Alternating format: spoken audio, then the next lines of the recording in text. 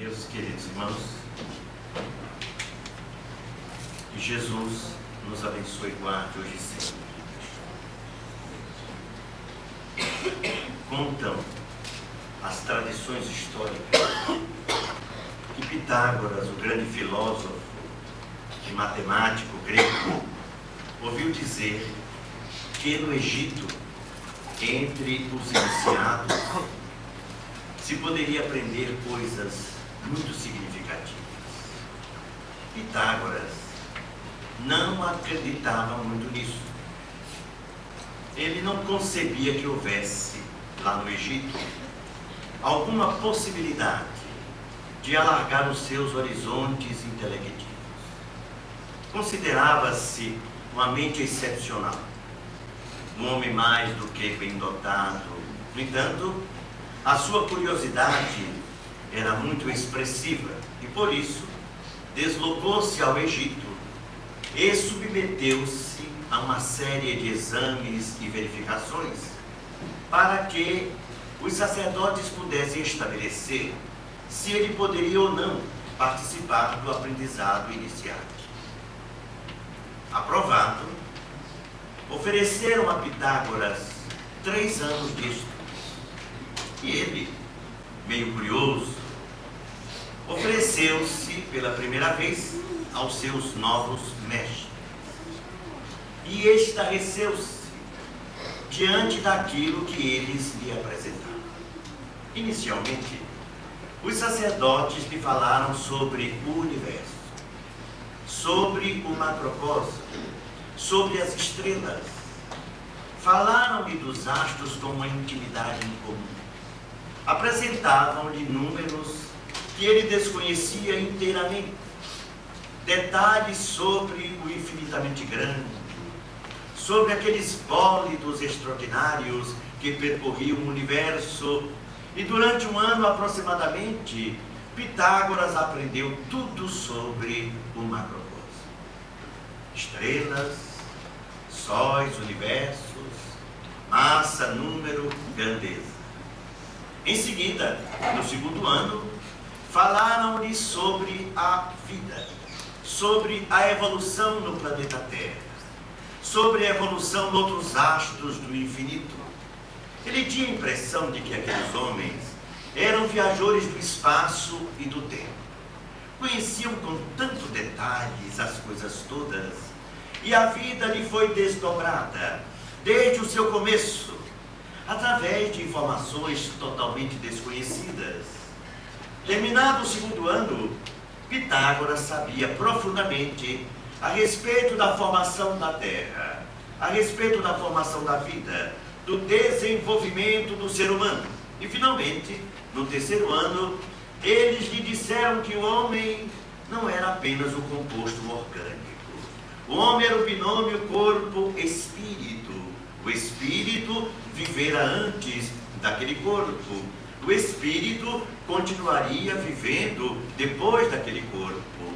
Apresentaram-lhe a alma como sendo a senhora do universo, a herdeira de Deus, aquela que conseguia, através do tempo, evolver, galgando as mais belas posições da evolução. Durante mais 1 ano, ele aprendeu tudo sobre o ser humano, sobre a sua imortalidade, sobre a sua essência espiritual, estarrecido diante do quanto aqueles homens estranhos sabiam sobre todas as coisas, e finalmente teve a oportunidade de compreender que eles eram homens além da terra, de outras fronteiras do universo. E quando o seu curso foi encerrado, eles lhe disseram: agora nós lhe vamos apresentar a chave da felicidade, o segredo da vida. E ele foi levado para um grande anfiteatro, todo de paredes negras, de um mármore muito bonito. E lá na última parede havia uma frase em letras de ouro. E eles lhe disseram: ali está o segredo da vida.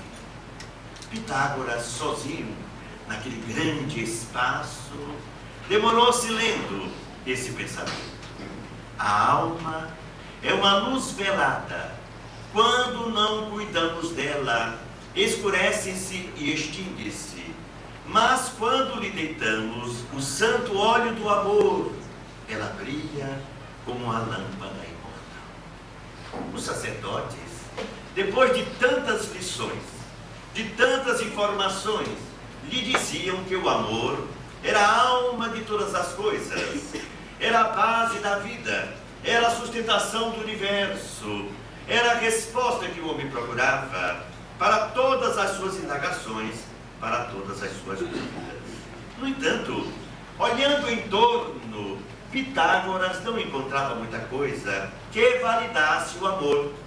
Não encontrava muitas expressões que considerasse o amor como sendo de importância.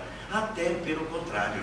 Os homens fortes, os homens que dominavam a terra, aqueles que comandavam a vida, afirmavam que o amor não era muito significativo, que o amor não tinha muita importância.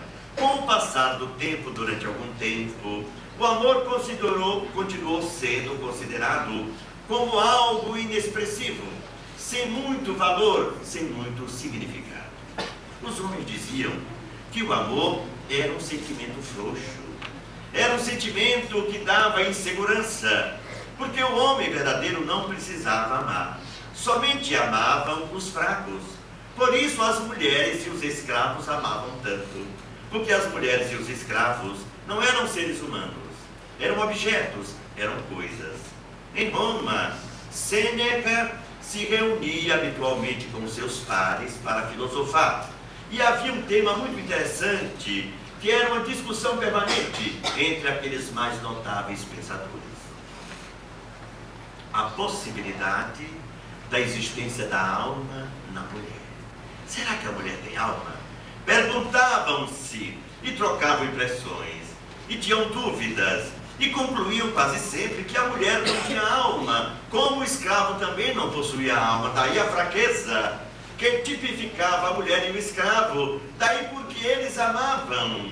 Por isso, eles, os fortes, os grandes romanos, os líderes da vida, não precisavam amar. O amor não tinha muita importância. Mas lá no Oriente, havia, entre aqueles povos estranhos, algumas expressões relacionadas com o amor. No futuro, alguém escreveria algo interessante que tipificaria aquilo que pensavam lá no Oriente distante. Porque contaram que um dia lá no Oriente, um homem tomou o seu machado, afiou seu gume e foi à floresta à procura de lenha. Escolheu uma árvore, aprestou-se e derramou o seu machado sobre aquela árvore, sobre o seu corpo, sobre o seu tronco. E quando o machado bem afiado penetrou na intimidade daquele tronco quase macio, e ele o trouxe de volta, o machado veio pingando alguma coisa. Pequenas achas de lenhas, fragmentos, caíram sobre ele, e o homem sentiu-se perfumado. A lâmina do machado estava muito perfumada, e ele foi abatendo a árvore, e quanto mais a esmagava, quanto mais a feria, quanto mais a machucava, quanto mais a destruía, quanto mais espalhava a acha de lenha da árvore, pequenos pedaços da árvore, mais o ambiente ficava perfumado e ele todo banhado em perfume, porque aquela árvore era o sândalo. Por isso disse alguém lá naquele tempo: sê como o sândalo, que perfuma o machado que o fere, porque ele é o símbolo do verdadeiro amor. O amor, embora de vez em quando aparecendo aqui e ali, não tinha muita expressão, até que um dia veio à Terra alguém muito importante, alguém muito significativo, um dos mais notáveis seres que apareceu no orbe. Um ser tão importante que quando a Terra ainda não era a Terra, era apenas um fragmento da explosão da nébula solar, aquele ser de luz, aquele arcanjo celeste, recebeu das mãos de Deus a incumbência de trabalhar aquela bola de fogo. Há 5 bilhões de anos atrás, um espírito chamado Jesus recebeu a incumbência de trabalhar aquela unidade nova da vida, preparando-a para no futuro, quem sabe, receber uma outra vida. Durante bilhões de anos ele trabalhou, utilizando-se do conhecimento universal, da sabedoria divina, de tudo aquilo que ele aprendera através do tempo, de um tempo que, segundo Emmanuel, não se pode delimitar, porque a grandeza de Jesus se perde por entre as colunas do tempo. Aquele ser de luz que trabalhou durante bilhões de anos, preparou a terra um dia, preparou-a demoradamente, e finalmente, quando tudo estava mais ou menos pronto, ele rogou a misericórdia divina que abençoasse o seu trabalho, que abençoasse o seu esforço. A resposta dos céus foi que esporos vieram do espaço, uma nuvem envolveu o orbe, e quando ela se desfez, nas águas tépidas dos oceanos, os seres unicelulares pontilhavam, e daí a vida se desenvolveu sob a batuta daquele grande maestro do amor. A vida decorreu através de um tempo quase infindável, até que, há pouco tempo atrás, ele recebeu das estrelas um número muito grande de espíritos, seres altamente desenvolvidos, almas que haviam cultivado o conhecimento, que haviam desenvolvido a cultura, a tecnologia, mas que ainda não haviam abrigado dentro da alma o sentimento do amor. Lá naquele planeta, próximo ao sistema solar, no sistema de Cabra ou de Capela, havia um mundo que atingira um determinado nível evolutivo, e milhões de espíritos ainda dificultavam o avanço da maioria. Por isso eles foram exilados de Capela e trazidos para o mundo primitivo, onde a vida se esboçava, os corpos se desenvolviam, onde a cerebração humana era muito inexpressiva e limitada. Recebendo aqueles espíritos na aduana da vida aqui na Terra, Jesus falou-lhes do futuro, da esperança, do porvir. Esta é uma nova oportunidade. Aqui, nesse palco primitivo da existência, vocês poderão reconsiderar o tempo perdido, a oportunidade que ficou para trás, recomeçar através da renovação íntima, ao mesmo tempo em que trabalharão, ajudando os nativos do planeta Terra, este planeta primitivo. Mas para mergulharem na Terra, para colaborarem com a Terra, aqueles espíritos precisavam de um esforço muito grande. Era necessário dotar a cerebração humana sem nenhuma capacidade de recursos especiais, e por isso se emboscaram de todas as formas possíveis e trabalharam o perispírito dos homens primitivos da Terra, para que o cérebro se lhes desenvolvesse. E quando aquele cérebro estava desenvolvido, por força da necessidade, da imposição daqueles espíritos altamente desenvolvidos, eles mergulharam na Terra, formando os pródromos das grandes civilizações, e as grandes civilizações primitivas do nosso tempo, da nossa vida, do nosso orbe. Antes, porém, que eles mergulhassem na Terra, diante do planeta primitivo, diante da dor, diante da amargura, do desconforto, Jesus, o Rei Solar, falou-lhes que um dia ele estaria entre eles no orbe. É verdade que vocês sofrerão a dificuldade, o abandono. É verdade que vocês estarão como alguém que saiu do paraíso, que foi expulso do paraíso. No entanto, eu estarei ao lado, eu estarei pontilhando tete a tete, eu estarei junto, eu participarei da vida, e se necessário um dia, eu mergulharei na terra e estarei convosco, experimentando a mesma vida. Quando eles se emboscaram na carne e constituíram as suas civilizações, todos eles disseram: o Rei Solar, o Filho de Deus, o Messias prometido em nome do amor, virá à terra um dia ajudar-nos. Nós que perdemos a nossa pátria, nós que perdemos aquele paraíso, nós o encontraremos e ele nos dará forças. Lá no inconsciente coletivo daqueles homens havia essa lembrança, havia essa promessa. É por isso que todos os povos da antiguidade clássica, os mais remotos, guardam na sua intimidade as promessas da vinda de um Messias, de um Salvador, de um Renovador. E finalmente, um dia, ele resolve mergulhar na intimidade orgânica. Imaginem um sol escondendo-se sob essa mesa.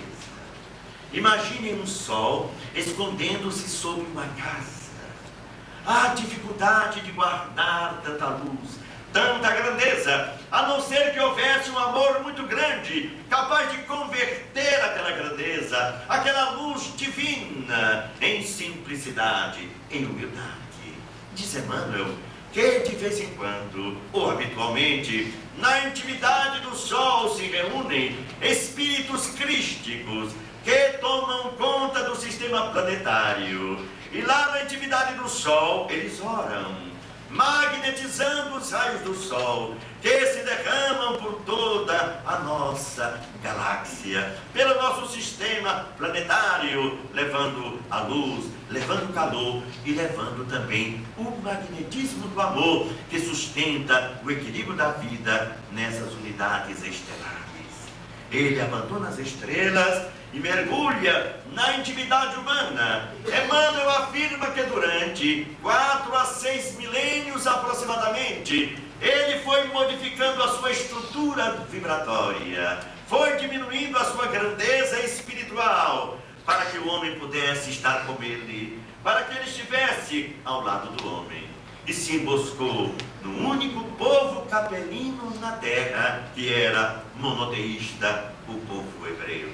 Lá, na intimidade do povo hebreu, ele que era o rei da vida, o rei solar, o Senhor absoluto do nosso pequeno universo, mergulha na vida singela de um carpinteiro, renunciando à academia, renunciando ao dinheiro, renunciando à pompa, renunciando àquilo que representava na vida o que era de mais significativo. Apenas tinha um nome nobre daqueles que representavam a verdadeira casta do povo hebreu. E na sua simplicidade, ele guarda todo o amor que possuía para oferecer mais tarde ao homem, porque a base do seu labor, a alavanca propulsora da sua filosofia, da sua vida, da sua mensagem, seria o amor. Isto vos mando, que vos ameis uns aos outros.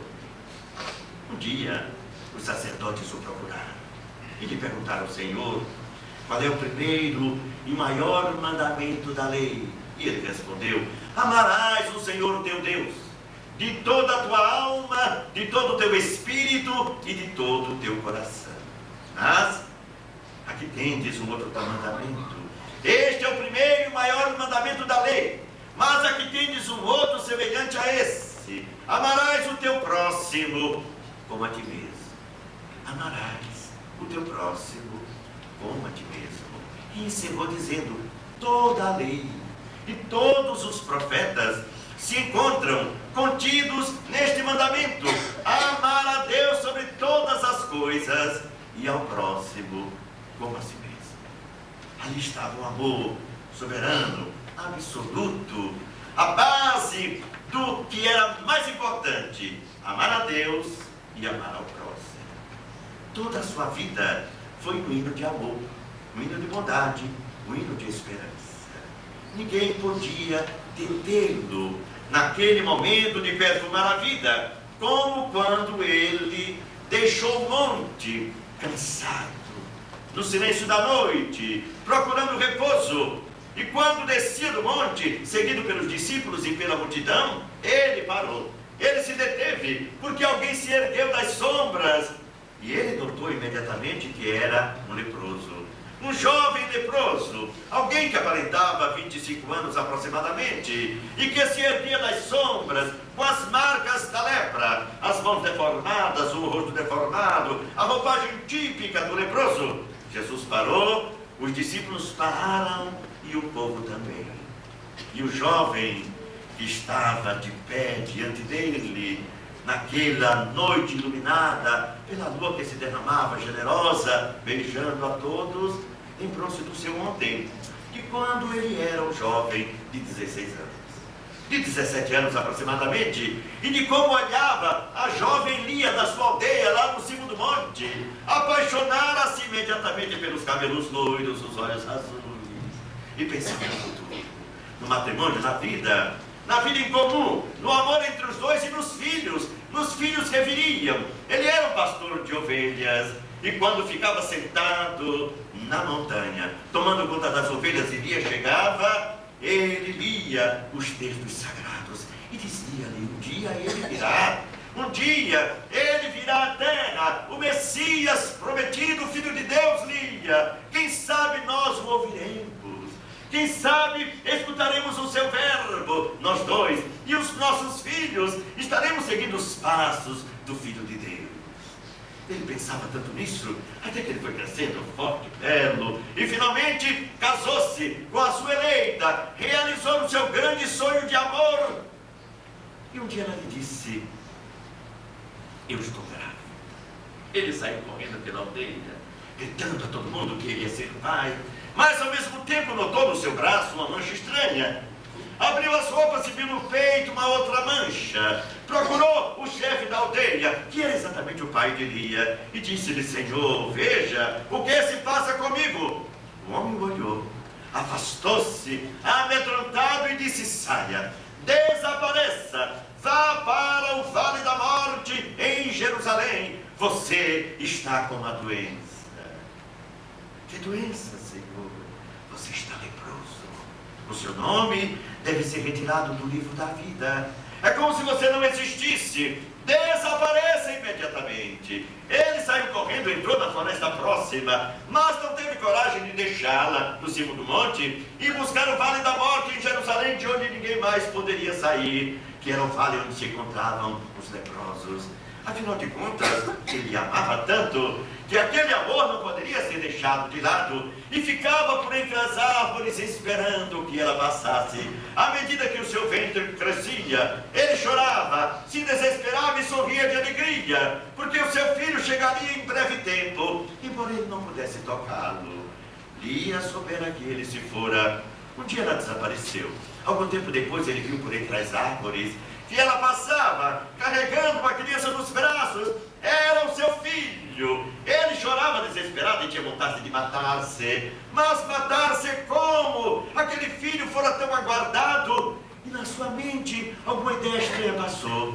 O Messias, quem sabe, o Rabone chegaria. O tempo foi passando, o menino crescendo, as suas mãos se deformando, e finalmente ele ouviu, numa noite silenciosa, alguns homens e mulheres que passavam e contavam a respeito de alguém estranho, alguém que estava na terra, que estendia as mãos e fazia que os cegos vissem, que os aleijados andassem.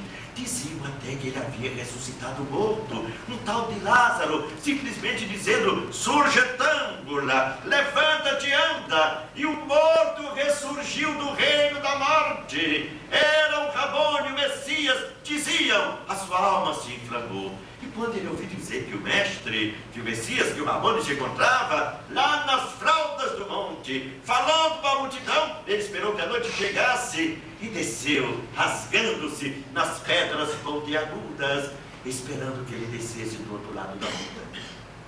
E foi exatamente aquele momento em que ele desceu, que ele se ergueu, que ele se levantou. Jesus destacou, os apóstolos também. A multidão se deteve e todos disseram: é um leproso. A sombra do leproso quando toca comunica a enfermidade, leva a dor, a doença, a morte. Ele olhou para Jesus e uma força estranha o dominou. Havia um silêncio, os olhos do Senhor vibravam e o olhava. E ele disse, numa voz que não sabia compreender direito: Senhor, sabemos que tu és o Filho de Deus. Sabemos que tu és o Messias esperado. Por isso, se tu quiseres, poderás dizer: sê limpo, e eu ficarei curado. Dize, Senhor, sê limpo. Jesus olhou, sorriu e disse como ele pediu: sê limpo. Ele não acreditou. Como poderia alguém tirar a lepra? Como poderia alguém curar o leproso, dizendo-lhe simplesmente: sê limpo? Ele recuou apavorado, certamente estava diante de um louco. Mas Jesus lhe disse de modo imperioso: sê limpo. E ele olhou as mãos, estavam transformadas, aquelas garras. Olhou seu corpo, já não estava mais marcado, passou as mãos pelo rosto, era um rosto perfeito. Ali estava um jovem de 1,85 m aproximadamente, um verdadeiro Adonis. Era um Hércules, o corpo perfeito, forte, pesado. Ele compreendeu que estava curado, ergueu-se, olhou para Jesus e voltou-se correndo na direção do monte. E subiu a toda velocidade em busca da aldeia, arrebentou na porta da casa do seu sogro. Ele recuou apavorado. Ele disse: Lia, eu estou curado. O Rabboni, em nome do amor, eu ouvi, Lia, aqui, no meu ouvido, por dentro da minha cabeça, quando ele me disse: eu quero ser limpo, eu escutei: eu te amo, eu te amo. E eu então fiquei bom, eu voltei.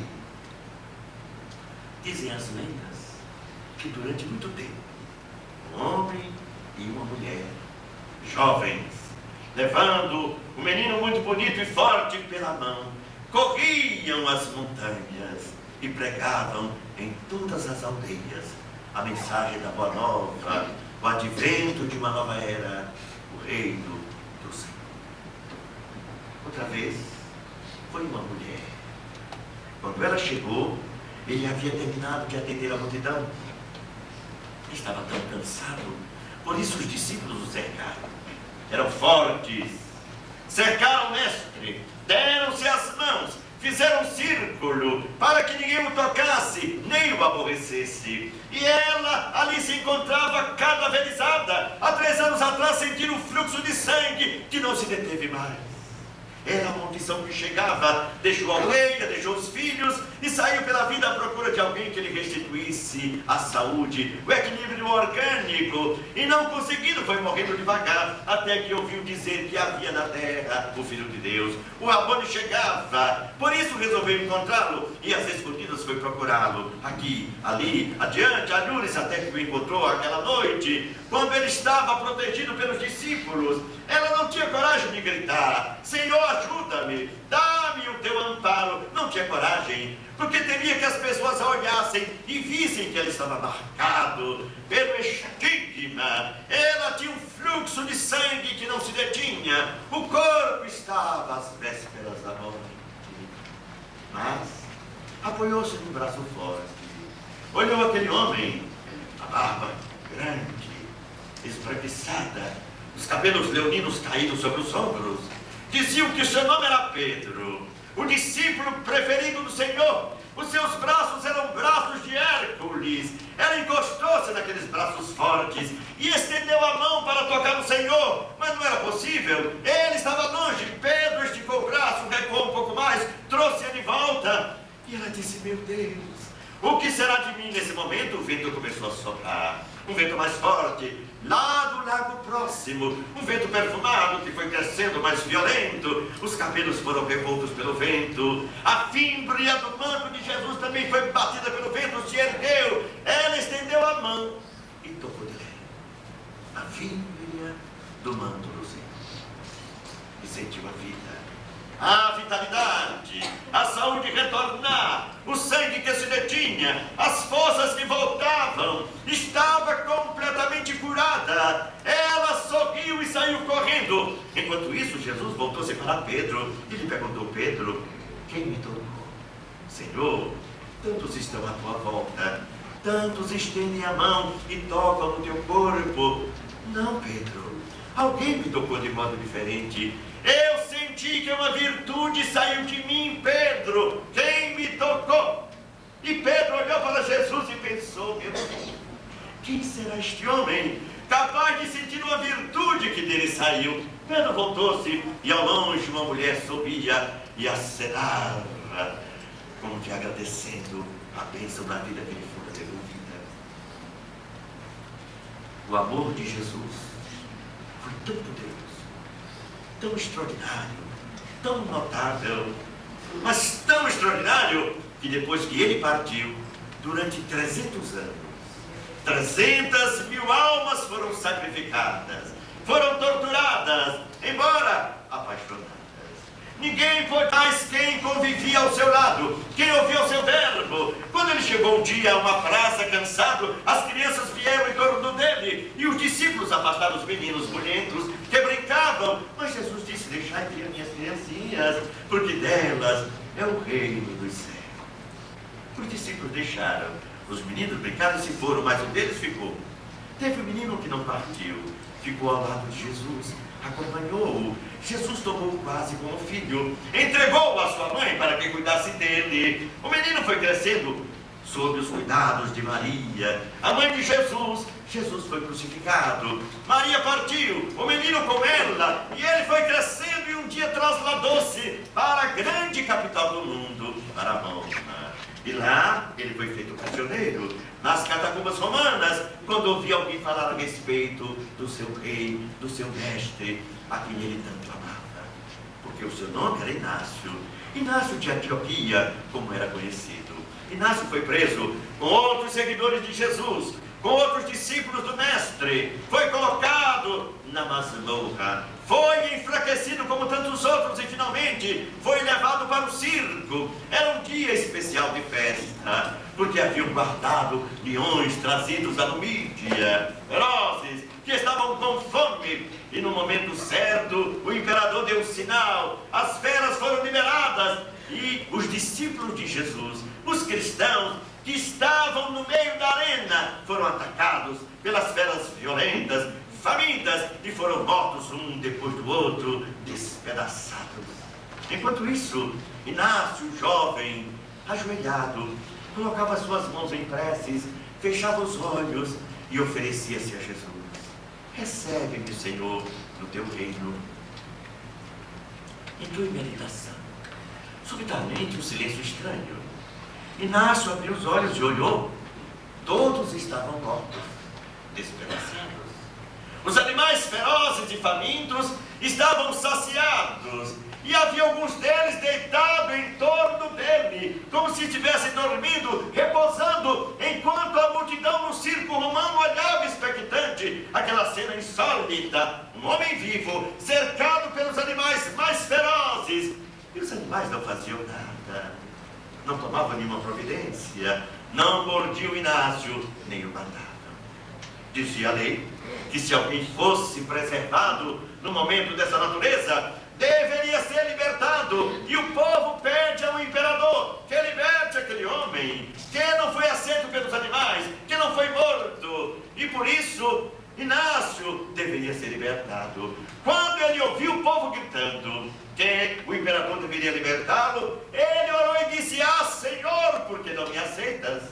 Por que não me recebes no teu reino como recebeste todos os outros? Eu também mereço estar contigo. Leva-me, Senhor. Toma minha vida. Aceita-me entre aqueles que te amam. E Inácio ouviu uma voz que lhe dizia lá no íntimo do seu coração, e que ele sabia ser a voz do seu rei. Ah, Inácio, eu não quero que morras agora. Eu quero que vivas e morras devagarinho, cada dia um pouquinho, mas enquanto não morreres, eu desejo que ofertes a minha mensagem ao mundo, à humanidade inteira. É o que eu quero. Inácio foi liberado e se transformou num dos mais notáveis expositores da Boa Nova, tão notável quanto Estevão, tão notável quanto Paulo de Tarso, o ex-doutor da lei, que plantou a semente do Evangelho no mundo inteiro. Era uma voz extraordinária, abençoada, culta, inspirada. No entanto, quando Inácio falava, de vez em quando ele escutava pessoas que comentavam: como fala bem, como é inspirado, mas deve ter cometido um crime hediondo. Imaginem que ele não foi aceito por Jesus. No momento da morte, o Senhor não o aceitou, deixou viver. Que crime terá cometido esse homem para permanecer na terra, para não ter sido aceito pelo Rei da vida? Inácio de Antioquia passou pela história sem se tornar conhecido dos homens. Dizem que lá no Vaticano existem registros sobre ele.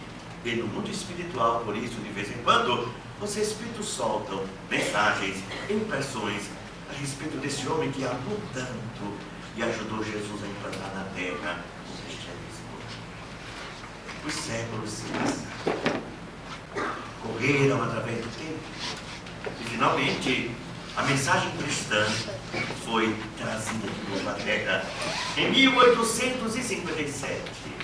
Quando o professor Hipólito Leão Denis Rimário usando o pseudônimo Allan Kardec, publicou o Livro dos Espíritos, a pedra angular da doutrina espírita, a filosofia de bases científicas, com o Livro dos Médiuns, e de consequências ético-morais, ou religiosas no sentido filosófico, com o Evangelho segundo o Espiritismo, publicado em 1864.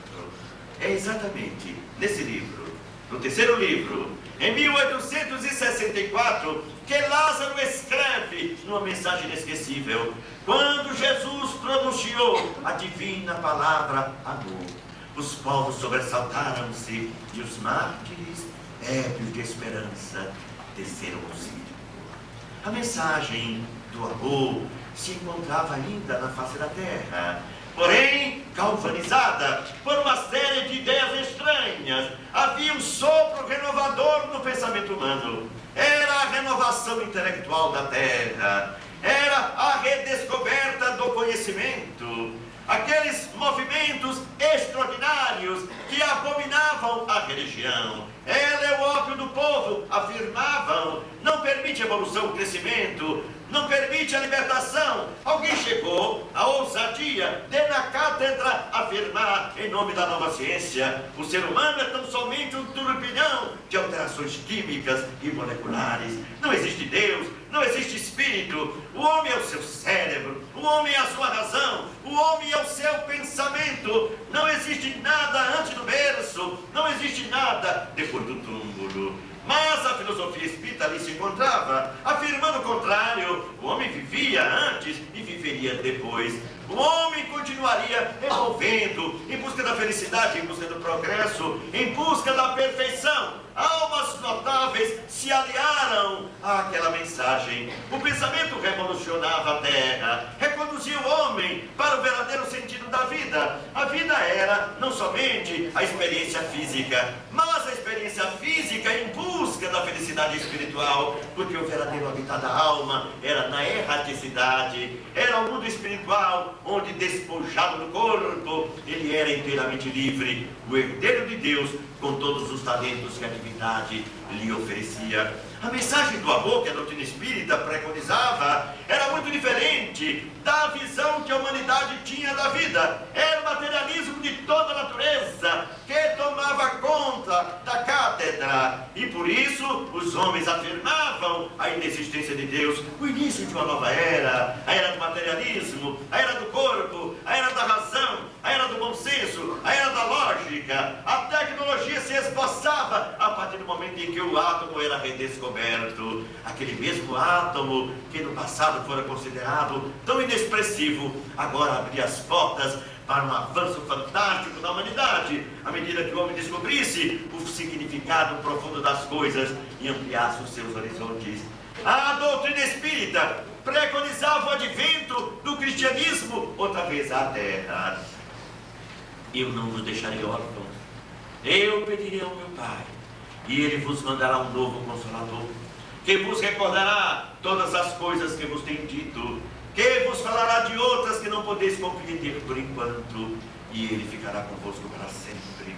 Os Espíritos traziam o Evangelho à vida outra vez, mas o homem tinha uma ânsia enorme de se libertar das peias da ignorância, da dominação absolutista, daqueles que ofereciam um Deus antropomórfico, parecido com o homem, igualzinho com o homem, até com seus escares, com a sua fúria e com a sua loucura, porque aquele Deus mantido, tradicional, parecia um homem zangado, um homem feroz, que lá dos céus enviava os seus raios à terra, quando o homem blasfemava, quando ele discordava, destruindo, matando, acabando com a vida.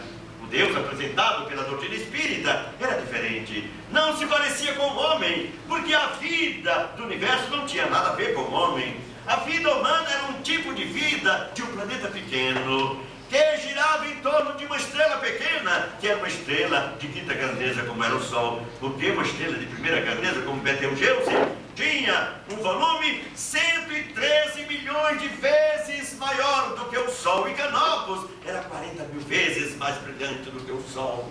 E, na verdade, o sistema solar não representava nada. Uma galáxia pequena, que era a Via Láctea, diante de mais 25 bilhões de galáxias, guardando no seu bojo trilhões de estrelas que surgiam, que desapareciam, sem que o homem tivesse a menor ideia. Quantas vezes registrava o espocar da luz do espaço cósmico, uma luz de um monstro que existirá um dia, que se desenvolverá um dia, que terminará de existir um dia, e na velocidade fantástica, vagando pelo espaço, a luz chegava finalmente à Terra. Que universo era esse tão grande, que o homem não tinha a menor ideia da sua grandeza e do seu significado. Os espíritos diziam que Deus era o Deus do macrocosmo, Deus deste universo. Mas se o universo material não tivesse sido criado, ainda assim Deus existiria, e a vida também, nos mundos espirituais. E os espíritos diziam que os mundos espirituais, numa quantidade infinita, abrigavam no seu bojo a vida que através dos erros vinha sendo criada por Deus nesse processo grandioso da evolução e do crescimento. A doutrina espírita preconizava um tipo de vida diferente. Havia no homem o espírito indestrutível, o espírito intocável, que fora criado simples e ignorante, à imagem e semelhança de Deus, que herdara dele a indestrutibilidade e que fora fadado à evolução contínua, permanente. À semelhança de Jesus, os espíritos da terra também evoluiriam. Ele dissera: vós sois deuses, tudo que eu faço vós podeis fazer, e muito mais ainda. Jesus ratificava a tese futura da doutrina espírita, que dizia que todos os espíritos evoluiriam a uma grandeza infinita, além das fronteiras do próprio Cristo. Porque se ele, com outros espíritos, dirigia o sistema solar, havia espíritos que dirigiam a Via Láctea, espíritos que dirigiam dimensões das galáxias, espíritos ao infinito, além das fronteiras de toda compreensão, em níveis indescritíveis da evolução. E todos eles, em nome do amor, tomavam conta da terra. A mensagem espírita desejava que o homem despertasse, que o homem compreendesse que ele era o artífice da sua própria felicidade, era o construtor da sua própria paz. Ninguém poderia intermediar a paz, a evolução, a felicidade humana. Cada criatura seria autora daquilo que desejasse, daquilo que quisesse. O aparecimento da doutrina espírita deixa de lado todos os intermediários de Deus. A evolução, diria Emmanuel mais tarde, é uma conquista individual. Ninguém torna ninguém melhor, ninguém ajuda o outro a se modificar por dentro. Cada alma se modifica quando quer, quando deseja, embora infinitamente amada por qualquer ser ou por qualquer criatura. Somente o homem, somente a criatura muda, somente ela se transforma, somente ela cresce, porque o ser mais poderoso do universo, aquele que pode influenciar a vida da criatura, que é Deus, esse não influencia, obrigando o homem a ser bom, porque é necessário que ele queira e conscientemente percorra os caminhos da bondade e da evolução. No entanto, o seu amor toma conta da vida. O seu amor está em toda parte. O seu amor se derrama por todo o universo. Deus é transcendente, mas ele é imanente. Quando o homem deseja procurar Deus, pode encontrá-lo onde estiver. Quando Jesus se encontra com aquela mulher lá no vale de Siquém, na Samaria, ela lhe pergunta: Senhor, onde devemos adorar a Deus? Lá no templo em Jerusalém ou aqui no cimo do monte? Ele disse: em toda parte e no templo do coração. Onde é que Deus está? No centro espírita? Certo. Deus está lá na igreja protestante? Certo.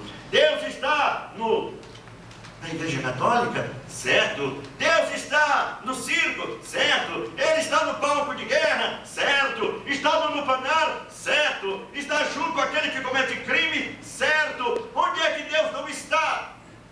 Deus está em toda parte, porque além de transcendente, ele é imanente. Mas como pode Deus estar ao lado da prostituta, ao lado do criminoso, ao lado do bandido, ao lado da guerra? Deus é intocado. Deus é atemporal. Ele é o passado, é o presente e é o futuro. Ninguém pode tocá-lo, ninguém pode atingi-lo. Ele é o absoluto, no entanto, estando em toda parte, pode ser tocado pelo homem quando o homem deseje. Não é necessário que o homem vá à montanha para falar com Deus. É necessário que ele mergulhe no seu mundo interior, porque Deus está dentro dele, está nele, está em toda parte. Deus escuta o homem não ouve Deus. Joana de Ângeles afirma que o amor é o hálito de Deus fecundando a vida. O amor é o hálito de Deus, mantendo a vida por toda parte, multiplicando a vida, instituindo a vida, fortalecendo a vida. O amor é a representação mais perfeita do Criador, do Supremo Pai, do Supremo Artífice. Quando Jesus pronunciou a divina palavra amor, disse Lázaro, os povos sobressaltaram-se e os mártires, ébrios de esperança, desceram ao cerco, porque aqueles que o conheceram, que conviveram com ele, que sentiram a sua vibração, apaixonaram-se pelo amor e doaram-se inteiramente. Mas, através do futuro, outros homens também se apaixonaram, mulheres se apaixonaram, seres se embriagaram pelo amor. Contam que lá no mundo espiritual havia um espírito chamado Joana de Cusa. Joana de Cusa, que se reencarnou através do tempo, muito amiga de João, o evangelista, o chamado discípulo amado, a mais bela expressão de amor da face da terra, depois de Jesus. Contam que Joana de Cusa, noutra personalidade, no mundo espiritual, ouvi dizer que João volveria à terra. E ela o procurou e disse: é verdade que você vai se emboscar na terra outra vez? Ele disse: é verdade. É verdade que você vai viver de novo? É verdade. Eu preciso renovar o pensamento cristão na terra, que foi totalmente obnubilado pela ignorância do homem. Eu queria pedir um favor. Eu tenho umas almas queridas, a quem tenho amado através do tempo, a quem tenho orientado através do tempo, almas que eu preciso afirmar no amor do Cristo, no amor de Deus, e eu gostaria de colocá-las ao teu lado para que o teu amor pudesse fixar esse amor que desejo neles implantar. Será que você aceitaria ao seu lado essas almas amadas para que aprendesse a amar mais com você? Ele disse: por que não? Deixe que elas venham à terra, mas eu gostaria que você também me ajudasse. João mergulha na terra e se reencarna como aquele que se casou com a pobreza. Francesco Bernardoni, o poverello de Assis. Francisco de Assis volve à terra, recebe as almas queridas de Joana ao seu lado e ama-as e toca-as com o seu amor, enquanto Joana de Cusa reencarna como Clara de Assis, ajudando também naquela tarefa de redenção. Outra Joana, que em contato com Francisco, aquelas almas foram tocadas de tal maneira que a partir do século III aproximadamente, fizeram todas elas um compromisso de fidelidade a Jesus, de amor à causa do bem, ofertando-se ao mergulho na vida em todos os eventos de renovação da existência.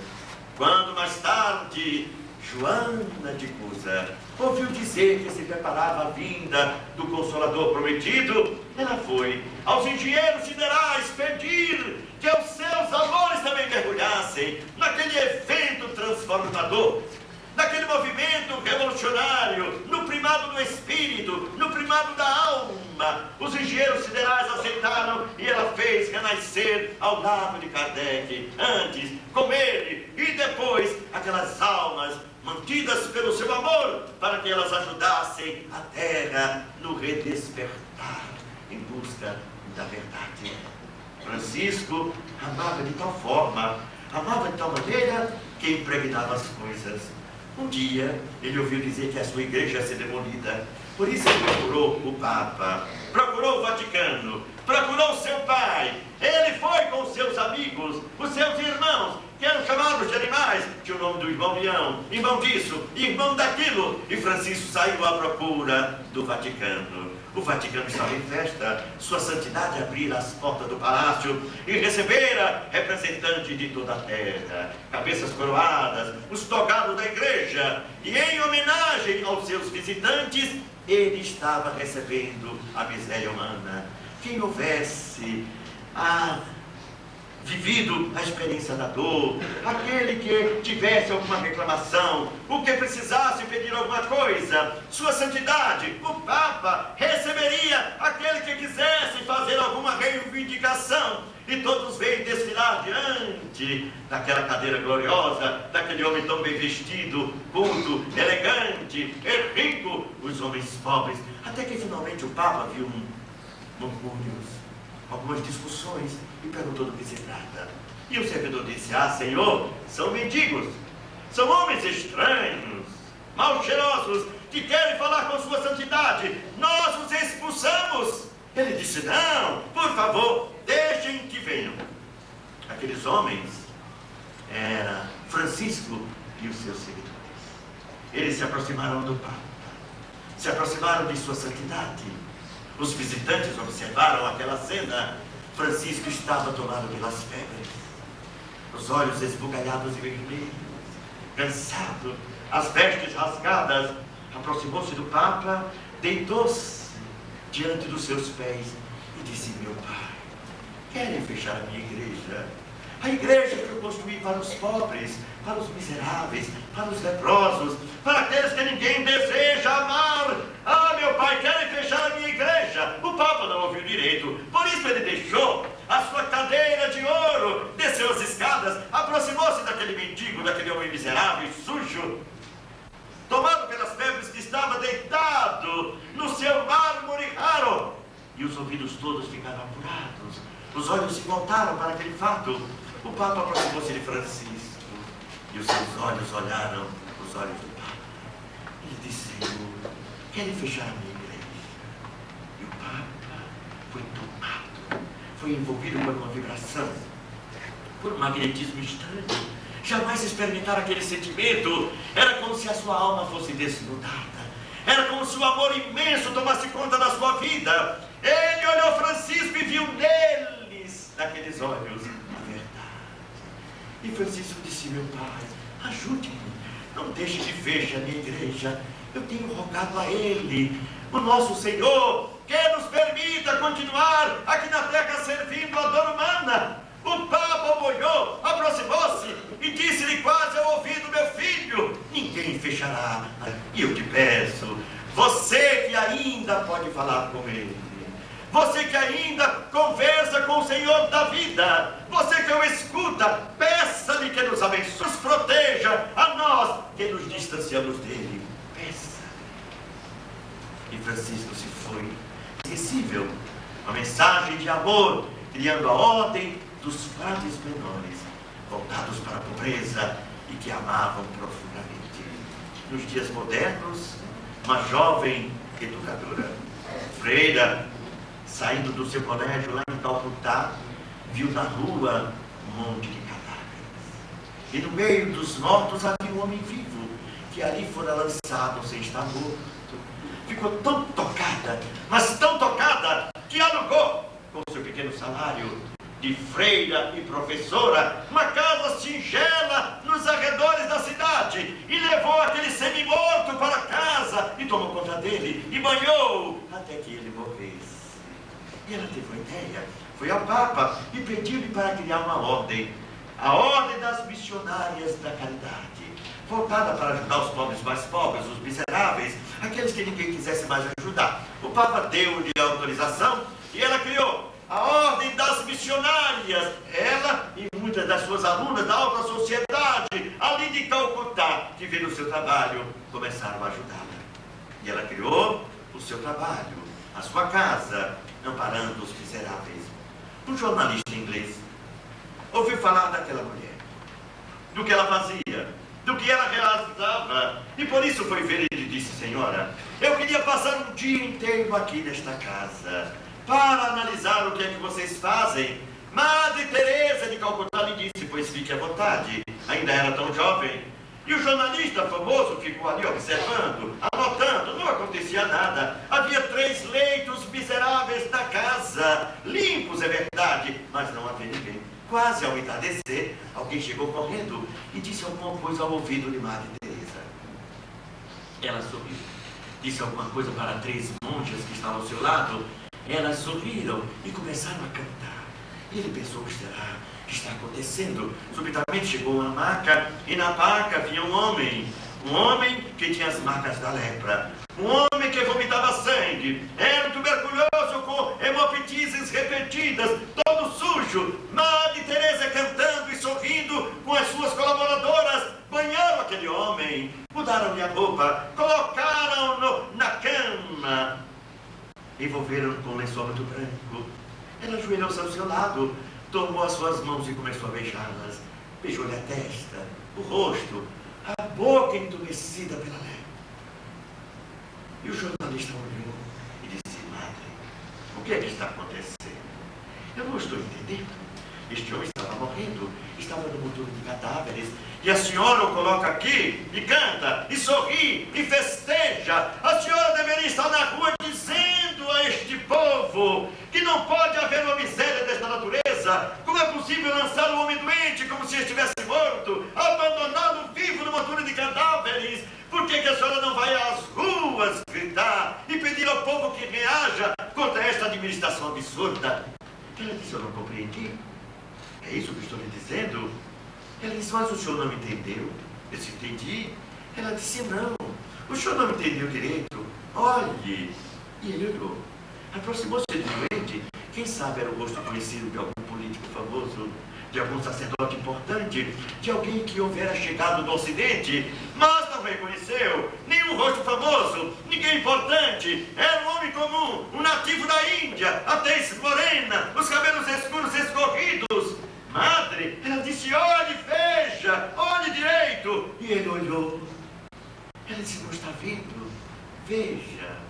Ajoelhou-se, tomou as mãos do doente e beijou. É Jesus. Olhe bem. É Jesus, disfarçado de doente, de leproso, de tuberculoso.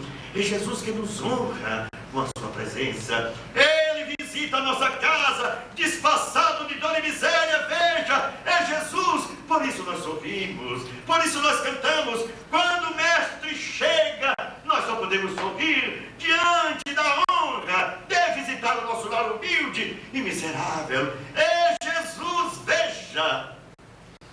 O jornalista disse: meu Deus, somente aí eu pude compreender o que era o amor. Eu jamais vi um amor daquele tipo, daquela natureza. Eu jamais vi um amor daquele tamanho. Por isso se tornou no seu biógrafo, no seu defensor, no seu amigo, para que Madre Teresa pudesse construir 4.000 casas em toda a terra, com a sua filosofia de renúncia e de sacrifício. Porque na ordem das missionárias da caridade, as mulheres só podem ter 3 coisas: 2 mudas de roupa e um balde. Uma muda no corpo e a outra limpa no balde.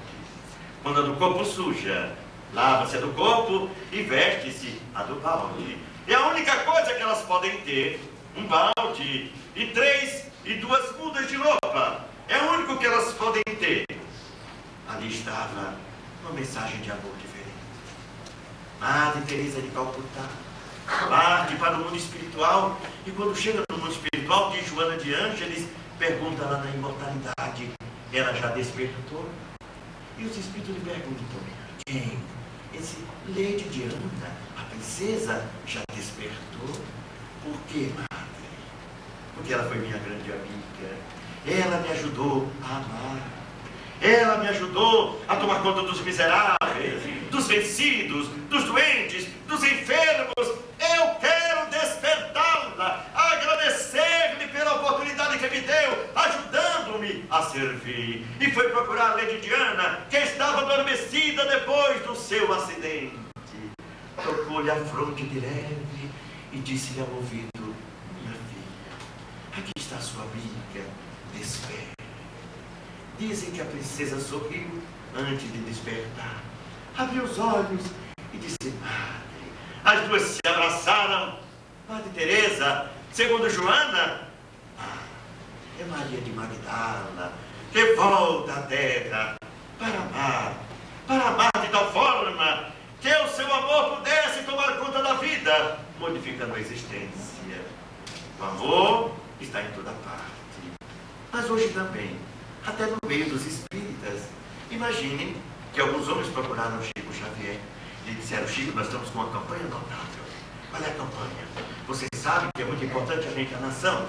A educação é muito grave e preciosa. Educar crianças não é fácil. De modo que nós queremos lançar uma campanha para que os espíritas tenham no máximo 2 filhos, se possível 1.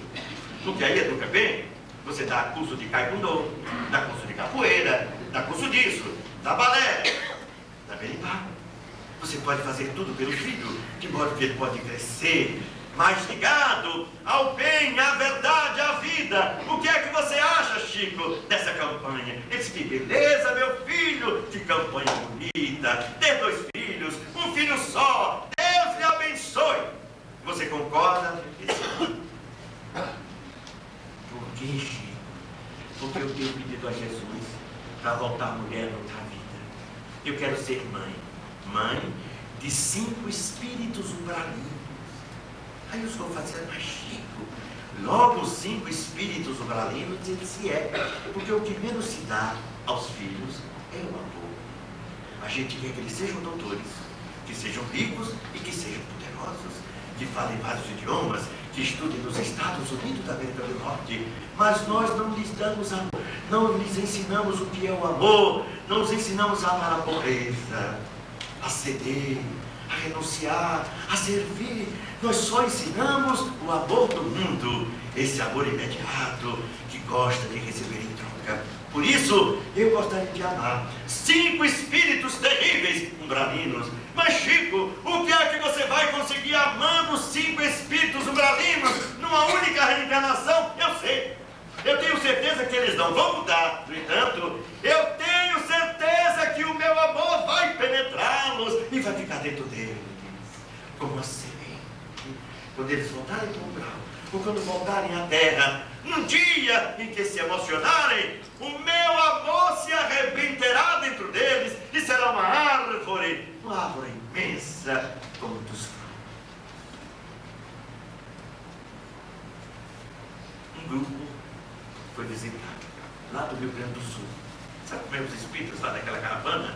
Então eles fizeram 4 ônibus, lotaram de espíritas e foram visitar Chico Xavier. Era feriado, sexta, sábado, domingo. E ficaram na sexta, no sábado e no domingo com Chico Xavier. Pediram-lhe mensagens. O Chico viu os mortos, os defuntos, os trespassados, o avô, o tio, a mãe, viu parente de todo mundo, deu mensagem de todo tipo. Ele não aguentava mais, estava cansado, doente, desejando muito fraternalmente que aqueles confrades retornassem nos seus ônibus para o Rio Grande do Sul e ficassem lá e não voltassem mais. Quem sabe Deus o atenderia. Por isso, quando os confrades disseram depois do grande almoço: agora nós partiremos, esse Deus seja louvado. E aí, os confrades entraram nos ônibus e disse: meu Deus, não acredito. Os ônibus começaram a funcionar, as máquinas ronronando, feito um grande gato. De repente, as máquinas pararam.